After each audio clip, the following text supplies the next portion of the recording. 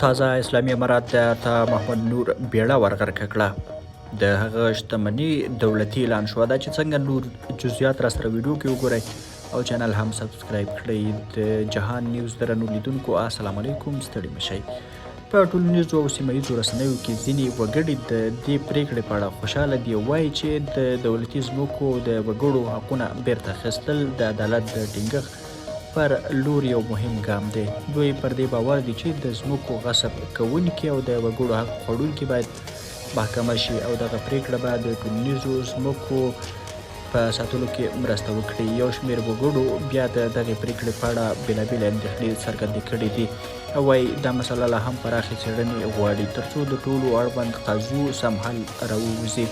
د اسلامي امارات پلویان له دې پریکړې سره پوره ملاتړ څرګند کړی دی. هغه ویلي چې د دولتي ځمکو ساتنه او له غاصبانو څخه د هغوی بیرته اخیستل د اسلامي اصولو او ملي ګټو سره سم دي. ځینې یې د اسلامي امارات پر دې ګام ټینګار کوي او وایي چې دا ډول پریکړې به د وګړو باور پر واکمنۍ لا ډیر کړي او په هیواد کې به د فساد مخنیوی وکړي.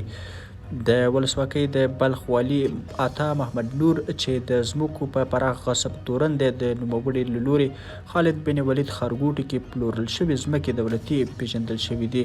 د عدلیې وزارت خبر ورکړی چې په مزار شریف ښار کې د خالد بن ولید ښارګوټي 2780 جریبه ځمکې، اسناد او مدارک تر څېړنو وروسته دولتي پیژندل شوي دي.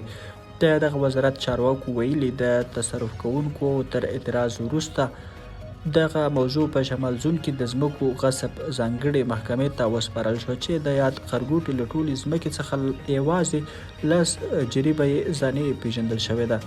د عدلیې وزارت ټینګار کړی چې د دولتي ځمکو بیرته راګرځول د اسلامي امارات له بنسټیزو موخو دي چې د دې بهیر د لا ښه والي لپاره د هیواد په 4 زونونو کې ځانګړې محکمې هم جوړې شوې دي. خالد بن ولید ښارګوټي چې په مزار شریف ښار کې له لویو ښارګوټو څخه دی، ځمکې د عطاء محمد نور په وخت کې پر وګړو پلورل شوي دي. درنو لیدونکو له ملتیا مو مننه، ښه وخت ښه شوي.